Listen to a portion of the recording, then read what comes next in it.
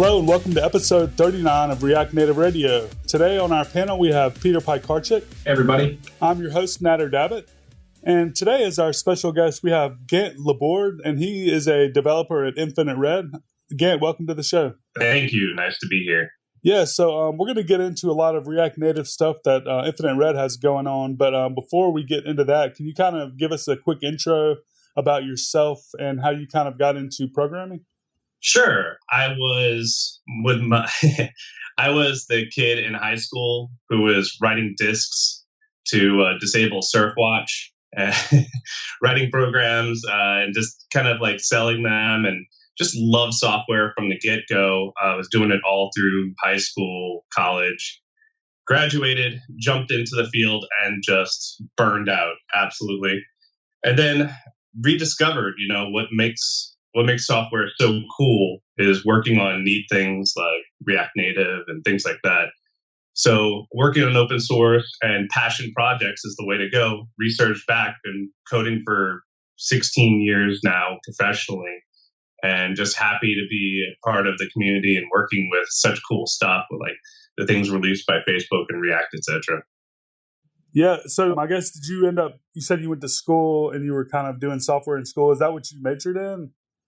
Oh, yeah. So in high school, our biggest major was typing.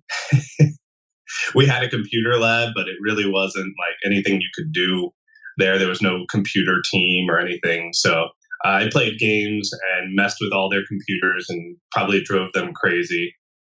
And I had, we had a bunch of friends and we worked together to build this little network in a shack. We called it the Hack Shack.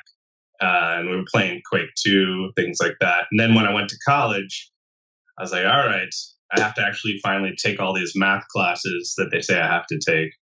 And I actually barely made it through. So I graduated with computer science, but it took me a while to actually realize that degree was useless.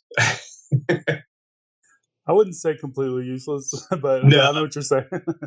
Yeah, well, I mean, it opened some doors, but I mean, majority of the people I work with, and additionally, the most intelligent people in computer science are usually the people who are really breaking ground. They don't need a degree behind their name, and I think it's a fantastic craft for that reason. Exactly, it's a matter of sweat on your brow and how much you actually are passionate about it that really makes a difference. Yeah, absolutely. I kind of agree. I mean, I would say like if I had the opportunity to go back and have I actually gotten my degree, I would have totally done it. But I wouldn't say it's actually held me back at all. Yeah. Yeah, I mean, the thing is, like, I'm working with people, and it really is your contributions, your GitHub, what you can do in the real world is worth way more than that printed piece of paper that I've got hidden in the corner over there. I guess we'll go ahead and start getting into some React Native stuff. So I know that Infinite Red, you guys have put out something called Ignite, and I've been taking a look at it and playing around with it, and it's been around now for a couple of months. Can you kind of go into like how you guys, first of all, got into React Native at your company, and then kind of what made you guys build Ignite and open source it? Yeah, so we've been a mobile development shop for a while now, especially geared around open source. We were, a big force to be reckoned with not many people used it, but Ruby Motion, we helped put on the conference in San Francisco, and then we had a bunch of speakers in Paris. We've definitely been doing mobile design for a while, but we have a deep passion for kind of doing something that's going to be cross-platform and sort of clean. I'm not a fan of Objective-C. I write the worst Objective-C out of anybody I know. And so, I mean, I can read it and I can write it, but I'm never proud of what kind of Objective-C code happens. That's, when Swift came around, I was like, man, maybe I need to just drop Ruby and go after this because I can actually read it. But then you have things like Android, now Microsoft getting into the game, however much they actually are going to be a player, we'll see. And so we were working in the mobile field quite a bit, decided, hey, this React Native thing's not going away. It actually looks to be, pretty intense, actually native, cross-platform. I said, all right, well, let's take a look at what's going on here. And so when we started dealing with React Native, getting involved in that, we said, all right, it's a big shift because we've got this really strong interaction and contribution set. We were doing the dispatches, like the newsletter, everything for Ruby Motion, which is like what we were kind of dealing with. And a lot of people might have heard of it, but it's closed source. And as many tools as we built for it, we actually did investigation on React Native and I said, look, we need to get into this field as well. And it's been insane. So like the Ignite project is what happened to us because we love open source. And then as soon as we jump into React Native, there's like there's no information on how to start. They give you an index for iOS and Android, and they're like, good luck. There's a lot of opinions out there, and you've got to figure out which ones you want, whether you're going to be going with Redux or MobX, etc. And then back when we started, Flux was still kind of a play, right? So we had to make all these absolutely. decisions. I'm still working with some older projects that have Flux, and it's not very fun after working with Redux. I mean, it definitely works, and it's a great thing, but after using Redux, it's just a whole nother level of ease. Well, yeah, I mean, you're kind of in that, and that's the thing, right? You got all these articles that people wrote, and they're antiquated so quickly. I mean, React Native releases like every 2 weeks. So it's a little bit difficult for anybody who's trying to get into it just to sort of discern, what's signal and what's noise. And it's almost all noise. And so we needed a place to get all that information together. Because, we've got 20 developers. So just because Gant understands exactly what you're supposed to do in this code means nothing. It means I've got 20 lessons to teach to a bunch of other developers to be like, okay, well, we have to do this. So we went, of course, the natural way of open source and said, hey, we've always kind of done open source. It's a great form of best practices and documentation. This is before Snowflake. I just want to say that because Snowflake was beautiful and it kind of came out, and a lot of people take their flavors from, Snowflake. And we have lots of different opinions than Snowflake and these other kind of releases. Now, we have React Native Starter Kit. They've got their own opinions. Get Pepperoni. I know you had that gentleman on last time, and he spent 2 weeks really just getting all the opinions for the company, right? He has the same exact problem. This was a problem that happened. And what we do is we have this is our live documentation, but at the same time, we decided to go ahead and make generators on top of it. And so that's our trick now, is that we're moving towards generators so that you can get those best practices that, everybody's sort of agreeing on. If you take a look at our issues, one of the funny things that happens is there's like, do you need this? Should we add that? Like, it's almost all discussion threads overall. And we're just constantly working on it and kind of building this sort of opinionated but easy to apply platform. And that's what sort of birthed Ignite. After we had months and months of everybody's opinions together in one hand, we're like, we need to put this all together in a way that we can apply to every project from here forward. I kind of love the way things sort of grow and become, right? Yeah. I think one thing people should if there's anything they pick up from this conversation too, it's that there's problems, and then the community just is coming up with ways of solving those problems, right? It takes time to come up with the right solution, right? And even with the Ruby thing that you were talking about, right? It got to a certain point, it was great, but React Native sort of took things to the next level too. It solved an even greater problem that, others haven't really been thinking about, So it's kind of cool to see the progression of where things are going. and it just makes me more excited to see what's to come later on. Yeah, I mean, and that's the thing, right? Rubyists and JavaScript developers historically don't get along. It's been one of those kinds of like, okay, well, do we really want to go down this route?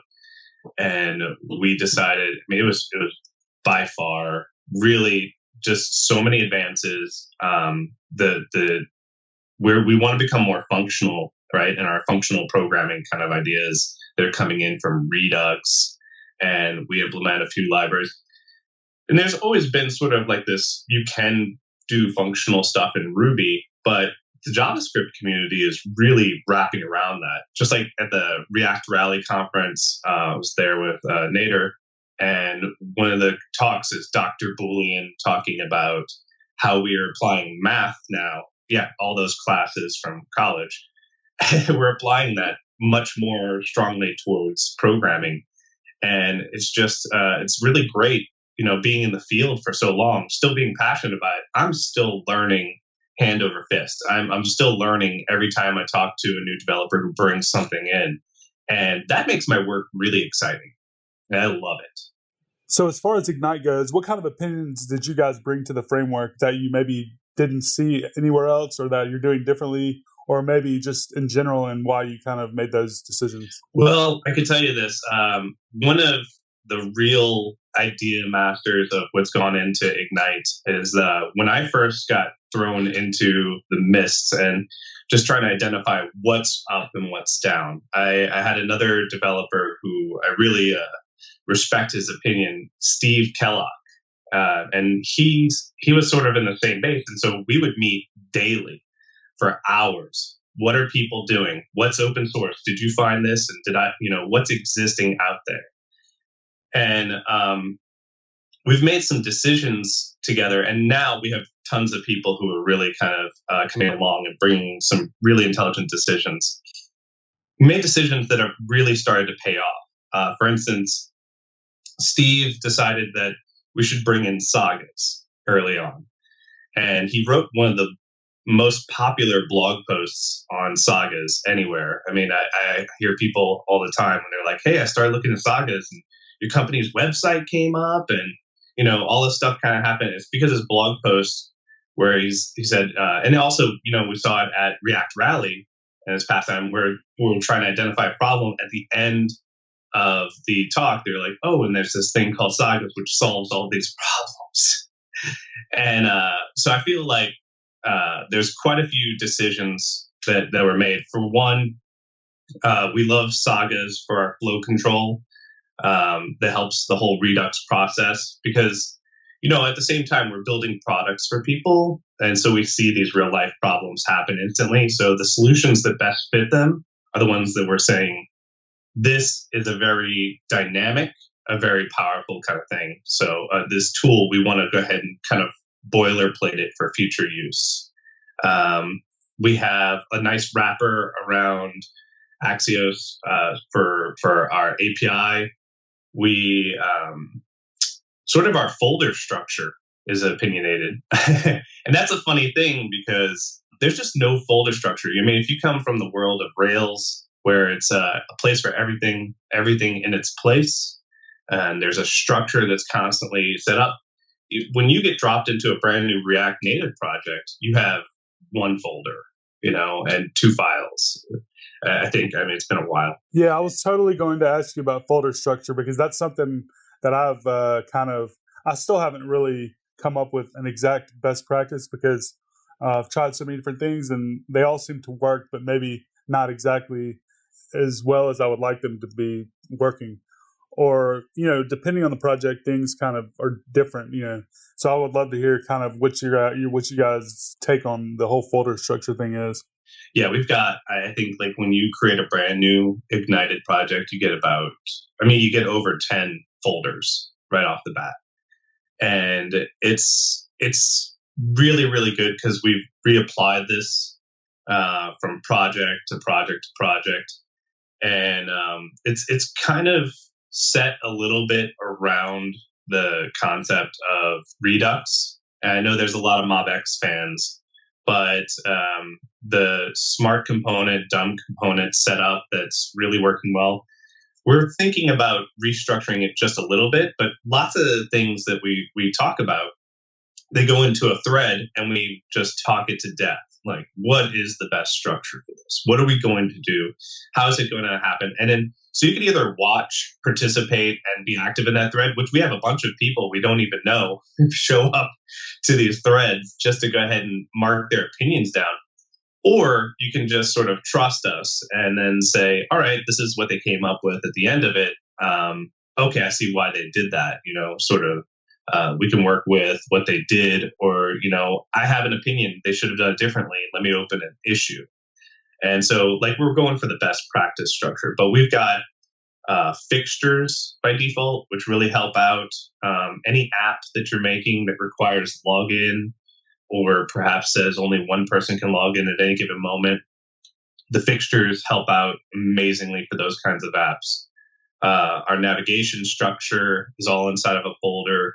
We have a very opinionated set of screens that you get for free at the beginning of it, because we follow sort of like that atomic design that you get from components. And we follow that same structure with the themes folder, and like showing screens where your components are, sort of a pattern library is set up.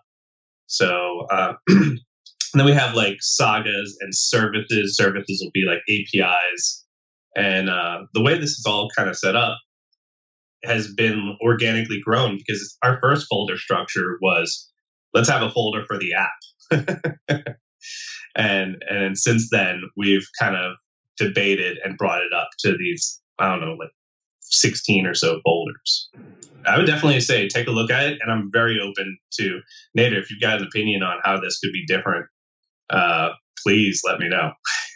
So given like a community like you currently have, how do you approach, people and their opinions, right? How do you get like a lot of like assholes coming through saying like, hey, we need things to be done this way, and then there's enough of those assholes where it's like, all right, even though you're assholes, we'll kind of go in that direction. How do you like balance that, even as like a community manager, Yeah, well, I can tell you this. Right now, it's actually a little bit more like we're tech support, and we sort of smile and help as many people as we can. But we get a lot more people asking fundamentally basic questions, because as far as, if you're starting with a project, it's not that hard to come across this as a good starter app. And people try basically everything that's out there. I think there's only 3 or 4 things, and they say, let's try all 4 of them, right? And we generally have quite a few people who like our themes, like what we've shown them, and start to settle in on us. And then what happens is they start asking us questions that have nothing to do with the framework that we've given them. So, for instance, we've gone with React Native Router Flux as our navigator. I know it has Flux in the term, but it's actually Redux, right? So we call it RNRF, and it's using the new Navigator experimental. It's very flexible, allows all kinds of fantastic abilities. And we have some really good examples on how to modify the menu and change the screen a little bit. And what we get is, after about the 3rd question on the same thing, even though it has really nothing to do with kind of getting, anything we've written, they need a good React Native Router Flux example. What we do is we note it as, this is what a beginner needs in order to get started. And so we'll make an example just for that. So that way we don't get that question. But also at the same time, it's like, it's hard for us to see where we were a year ago, or to see where the project was 6 months ago, and say, what exactly would somebody coming to this now need to know? And yeah, we get the opinionated people as well, but they're actually a lot easier to deal with, a lot nicer. They're just really happy to receive all this information, right off the bat. And if you take a look at some of our tickets, are actually people saying, they start off with, we love this project. This is fantastic. Thank you so much. Now here's my question. So there's not been an influx of assholes yet, but when we get there, we've got a bit of experience with that too. So if it matures to that level, that would be a real milestone. It means that the community is kind of everybody really understands React Native enough to no longer, now they just want to see their flavor of code coming in there. And to be, truth be told, the more we move towards generators, the better we can have people facilitate their own particular needs that may not fit specifically with what we have, but they could always build off of the generators to go ahead and do what they need. Yeah, one of the things I noticed, especially at Reactor, and I keep bringing up Reactor Alley because we just got back from it. Nader was there and I was there. And there's quite a lot of activity inside of React.js for web. And one of the things that we're seeing is that it's all brand new in React Native, right? People are kind of coming to this and saying, hey, I tried that for 2 weeks. And I don't know if their 2 weeks was like my first 2 weeks, but I would have, if it wasn't for how I was planning on going forward as like a technology, it would have been, I would have ran away screaming. Yeah, I mean, it depends, when you came into it, I guess. At first, it was very new and it was still a little, I wouldn't say buggy, but there was a lot of things that weren't documented, I guess, that you weren't really able to just go out there and know how to do. But I think at this point, a lot of times when I speak to people coming into it within the last few months, the experience has been really, really nice. That's great. I love hearing that. Yeah. Yeah, I mean, it's really fantastic. It's a testament to that. I wrote a while ago. Actually, it was requested by Vue, but it was a tweet. He said, can you tell me what you don't like about React Native? And I wrote a blog post called 5 Things That Suck. I remember seeing that tweet, and I do remember reading that blog post. Yeah, that was my blog post, and I wrote it because it was requested. I wrote the one before that was 5 things that are great about React Native, and so it was the antithesis of that. And even then, it was hard to find, what the real pain points were. But I think all 5 of those original problems have been either hedged or completely fixed since then. So I had to go back and update the blog post, and I have on each one updated. This is no longer the issue. It's all fixed. Updated. This is better now. They added this. So that original blog post is now just full of, it's 5 things that used to suck about React Native. The good thing about Medium is you can go and update all your stuff. You can kind of go in there and just completely change it. But yeah. No, I mean, I would say for me, I would say the main pain points for React Native have been dealing with the native systems as far as the native platforms and getting things like the Xcode configuration correct when I've upgraded and even initial configuration before RNPM was really working really well. And even after, there's still sometimes when you have to go in and make those changes. So I would just say overall, in my experience, dealing with the native platform has been the biggest pain point for me, but it's getting better for sure. Yeah, by far. Yeah. I mean, I love the changes. Finally actually contributing just a little bit. And, things are getting fixed faster than I can think of them. And that's one of the great things about open source that, when everybody's behind it, we really, a rising tide raises all ships. I mean, it continues to be really impressive at each release. I mean, if you take a look at those release notes, you have to remember it's been 2 weeks since the last one, and there's tons and tons of features and fixes. Kudos to everybody who's constantly working on it and contributing back. I love. And then it also makes my job of let's see if any of these things need to be if I need to go back and modify, sort of like I need to go back and modify blog posts, if I need to go back and modify our Ignite engine, because we used to have, for instance, we used to have some keyboard avoiding code that was kind of helpful inside of there. And then they released the keyboard avoiding view. And it's like, all right, well, it's time to go back and change it. Like if you're going to use the latest React Native, you don't need all that template code anymore. You just need to go ahead and load the correct view. And making those kinds of changes make me happy. So I'm kind of curious, like who is the ideal like type of developer, someone that would use Ignite, and kind of, I guess, like what would they need to do to go ahead and get started with it?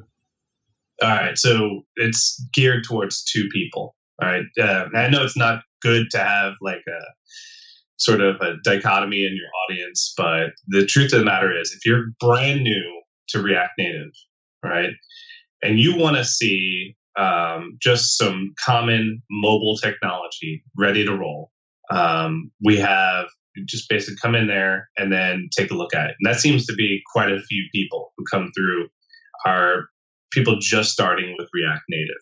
They ignite their new project. They look at everything that gets created. They click through a little bit. We have 5 or so screens sort of showing them, here's how you do an API call. Here's how you get device info.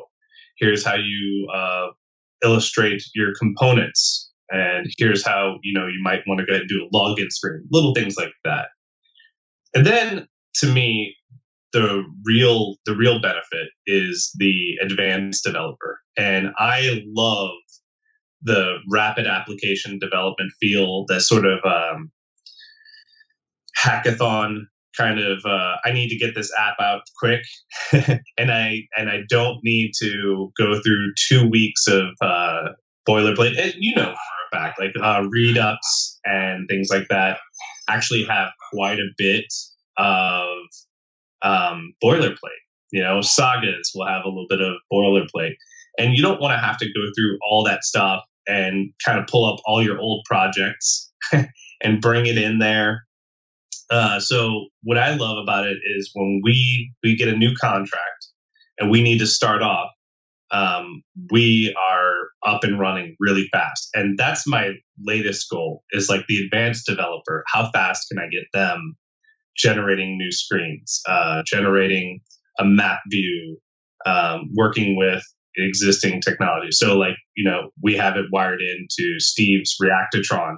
Like I want that to happen out the box. I don't want you to have to go ahead and open your package JSON, add it in, and then go through and then add all the ways to wire your API into Reactotron so you can be there. I want you to start your project and things are popping up on Reactotron and API calls are working to an open source API library, and Redux and Sagas are already communicating. I want all those things happening from the get-go. And now it's your job to refine and sort of sand away the pieces that you don't need, and then start really working on the brass and glass of what's going to make your app ideal. And I miss that. So that's sort of like a continuation goal, right? The beginners get a lot of information quick, but the advanced developers, I want to make that the full process as fast as possible so that you can create your fun idea app on a weekend. I like that, especially because a lot of the times folks do try to aim their sort of like package or boilerplate towards beginners. I don't think it always works. And I think you do have to go the extra mile to get there. And it sounds like you guys are approaching that correctly, whereas a lot of folks think just because they think a certain way, and it happens to work a certain way for them, that it'll be easy for others to pick up on too. Yeah, no, I agree completely.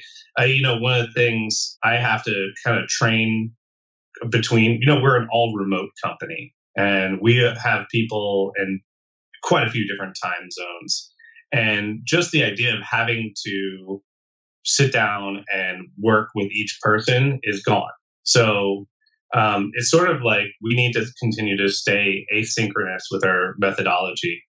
There needs to be a good release notes. We need to treat it like our internal stuff like a company anyway, like we're working with everybody anyway. So it just makes sense. We've been doing it for a while. We have to continue doing it, whether we like it or not. If tomorrow everybody says we can't use this, there's reason X, Y, Z, we still have to maintain this like there's 1,000 people using it, right? We can't change and turn that off. The only thing we could do is say, we're not using this, we're going to do something else. But the amount of energy and opinion that we have, we strongly believe in it. So we're going to have to maintain this project. I think that's part of a strong aspect of what the health of a project is. It's like how often, we all have that situation where we brought in like a third-party library, and then we looked at it in details, like last updated 6 months ago. And like, oh no, I've become the maintainer of this project. I just felt it. When you see it, I was working on Ignite last night, just making sure we got all kinds of cool bells and whistles. And it's really weird for me to be up on a Sunday night kind of coding on some of this stuff, but it's really a lot of passion, a lot of feedback. And I hope that, more developers come in. And I don't want to sound like we don't appreciate when people come in and ask fundamental questions. We really do. It's just that that's one of the things that we have the most trouble with, is like, how are we going to answer all these questions? So the answer is better documentation. So the more people who decide to come in and ask us questions, the better our documentation becomes. Yeah, absolutely. So your company is kind of betting big on React Native. You guys basically do a lot of consulting, like you guys, as far as like what your company does for business. You guys take other contracts from companies and you basically build software for them, right? Right. Yeah, we subcontract. Sometimes we're the top contractor, et cetera. It kind of depends on what's the need, right? And a lot of people come to us saying, we've got a web app. We need a mobile app. And we used to have a myriad of kind of technology. We could do native, do Ruby Motion. We could do all these different flavors. And now pretty much, it's like, all right, well, we're going to build this in React Native. And that's what we're going to do. Do you need it in Android as well? Can you kind of talk about the pain points that React Native solved for you guys compared to what you guys were using before as far as Ruby Motion? I know we kind of touched on it before, but I'd like to know like how that core decision came about and things like that. Well, like I said, Rubyists and JavaScript developers, they see things very differently, right? So I have to, don't hate me, but I love the Ruby programming language. It, from programming for a while, it just reads very clear Seattle style Ruby. There's all this kind of really great stuff. The concepts are there, right? Now, on top of that, Ruby jobs are kind of down. Node context is really kind of where technology is reaching new areas, right? Node and JavaScript are really kind of exploding. And what we're trying to do is, when we're looking at what Ruby Motion had, is by a company called HipByte with Laurent Sansonetti. Very great. It's a team of 4 people, and it's a proprietary closed source project. And Laurent does a great job working on it and building all these different libraries that people can use, as well as we were building libraries as well. But then if you take a look at what's building React Native, and it's a successful web technology with over 900 open source developers contributing, the entire backing of the Facebook team, which is a company way too big to really fail. And it's open sourced. And if you see something, you can actually get in there. Rather than complaining, you can be a creator. You can get inside and start building that library, but not just the libraries that attach and bolt on, but the actual fundamental core of React Native. And that's a real big key for us, because, we're mechanics. We're all mechanics, and being able to get deep inside and work with the engine of what's going on there. That's what we really needed in order to tweak our apps and build things the way we needed to.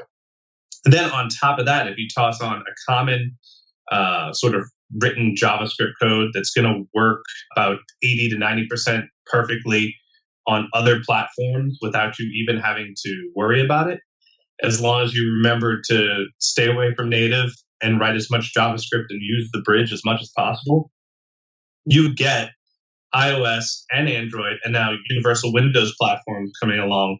You're getting all these things for free. And it's sort of that dream aspect that we've been waiting for so long. It's what PhoneGap and Cordova have been promising us. And we've been waiting for that actual moment where JavaScript's coming in and finally allowing you to write, native code. And you see things like Electron is, taking off, and, we have React Native Web. And it's sort of, we're pushing our developers to no longer have to be a master at Java, Objective-C, Swift, and then doing all these context changes that really kind of, that, let's be honest, the customer usually has to pay for. And the developer usually hates life because of it's now just consolidated down into code that you want to read, code that you want to be proud of. And it works. It just kind of works across these different platforms. And I don't subscribe to the fact that I don't subscribe to the ideal that you don't have to know what's going on under the covers. But what I do subscribe to is it should be easy. It should be easier to do stuff. You don't need to know assembly to write C, right? You don't need to know all the different aspects. Like I said, I'm terrible at Objective-C. I can read it, I can write it, but I don't want to work in that every day. I want to work in, some code that I'm thinking about some kind of functional programming paradigm instead, rather than worrying about, exactly, is this a UI view or UI view controller?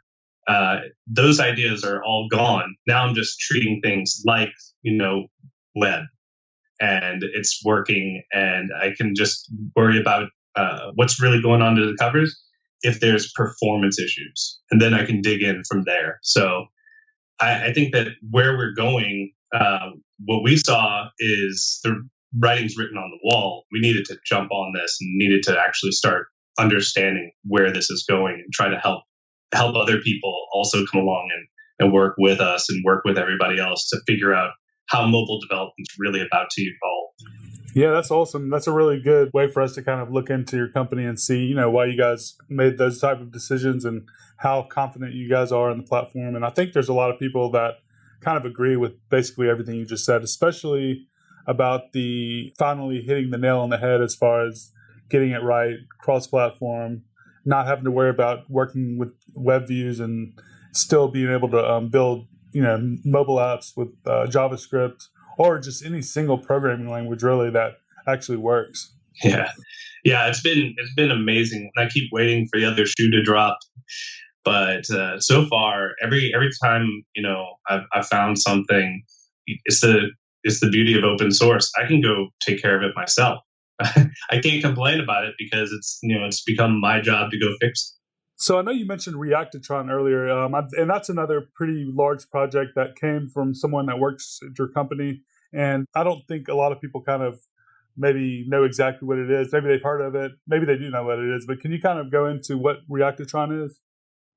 Yeah, absolutely. So I already mentioned Steve Kellogg, and he's just a fantastic developer. And one of the things that we were doing is the debugging process can feel, there was about 2 or 3 talks recently given on just, how do you debug this new technology, right? I wish there were more talks on how do you test it, but where you're trying to deal with here is how do you debug and work with this? And Steve came up with a solution working with the Blessed UI and a terminal-based debugger that kind of got all the information. I know Ram from Microsoft, he gave a talk to React Rally as well. He sort of helped open source some of these tools that allow you to reach in and identify some of the technology that's going on inside of the node modules, and as far as like inside Packager. And what he's done is Steve has kind of like built this sort of way that we've started debugging our apps, and he's just gone crazy with it, and the community's exploding around it. He just recently built an Electron app, which connects into either web or React Native, so React and React Native, and it sort of gives you a timeline flow of exactly what's going on inside your app and connecting in with all this stuff. And it's fantastic. And one of the things that he's done is, just to show his contribution, just open source, he's created a group called Reactotron. So the project is Reactotron/Reactotron. And inside there, now it's just, it's a community project, but sponsored by Infinite Red. So you can go in there, and the activity over the past week has been insane. It's fantastic for building apps. But if you've not seen the animated GIF, and I'm going to quote React Rally, it's GIF with a hard G. I know that. I know it's supposed to be GIF, but I can't change, okay? And so it's got all this really great kind of information. And really all it is a news feed for what's going on inside your app. And you can build plugins and, sort of see the information. John Dott, who manages the awesome React Native repo, he's working on a plugin right now, and he just wrote an article on debugging, and he's kind of like doing all these great things with it. So we're really excited to see just, part of what we're working on is the developer process.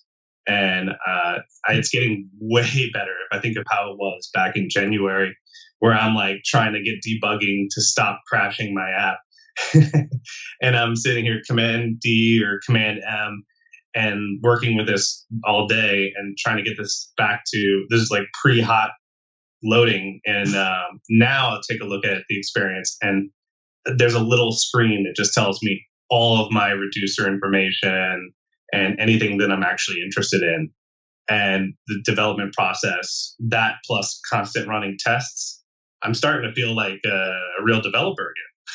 Yeah, absolutely. I've taken a look at it. It does seem really, really awesome. I haven't had a chance to use it. In fact, I really didn't even know it worked with React Native, actually. So that's awesome to know. Oh, yeah. Hey, I mean, you're going to love it. Let me know, and especially anybody out there who's interested in any of the technology, Ignite, Reactotron, etc. Hit us up. We have 2 Gitter channels, and we're more than happy to sort of like say, this is what we did and why. And if you can poke a hole in why we chose to go one particular route versus another, we will, scientifically reevaluate whether or not we should do it differently. Okay, I think we'll go ahead and get to the picks. Peter, do you have any picks? Yeah, so I think a really exciting one is Babili. If you haven't seen it yet, it's Babel Minify, an ES6 aware minifier that's based on Babel, and it's more or less a series of plugins that do the minification process for you. It's already live on Babel's REPL, so you can give it a shot and use it, and it's actually pretty cool the way it works. Definitely check it out. Okay, Gant, do you have any picks?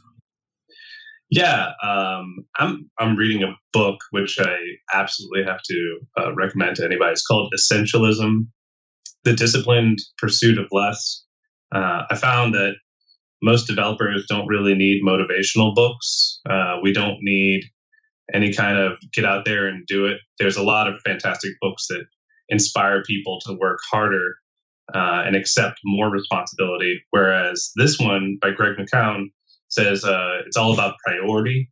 And so if you're already a motivated person, I highly recommend take a look at this one. It's Essentialism, and it's about how to not add more to what's going on, but how to cull away and focus on the more important things that are kind of happening.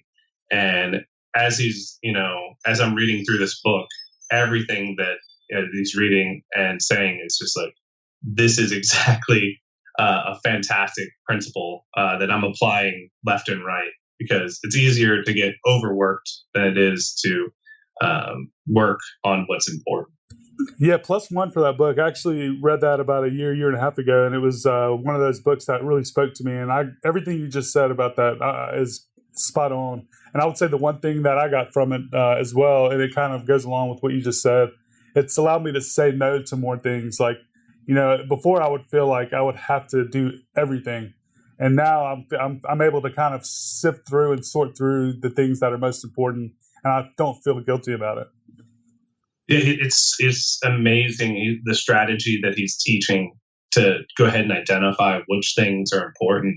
It's about time somebody wrote this down. So I'm glad that you like it, because I'm only about 3/4 through it. And I wanted to make sure that at the end of it, I was going to be happy. But yes, more thumbs up and +1s on that, the better, because it's a great book.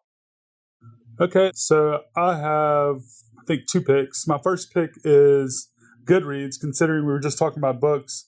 If you don't have Goodreads is basically like a social network where you can kind of keep track with all of the books you've read and have them all like kind of in one place if you ever want to go back and see what books that you liked and maybe want to reread something. It also allows you to make friends and see what they're reading and things like that.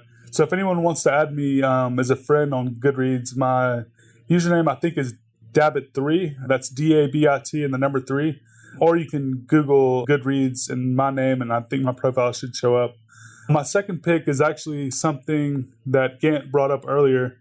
It's a blog post by Dotan Nahun, John Dot, maybe you might know him on the web. He wrote a really comprehensive blog post about debugging React Native, and I don't think this has actually been done this well ever. So it's going to be like my go-to resource when people ask me about debugging, because I think he did just a fantastic job about kind of all the different things that you can do to look at performance issues and go about debugging your React Native app. And he's also written a bunch of like open source tooling that goes along with all this stuff. So yeah, check out his GitHub repo and also check out the blog post that he wrote, and I'll make sure we link to that in the show notes. Okay, Gant. Well, this has been really, really great having you on. Thank you for joining us, and it's been a pleasure having you on.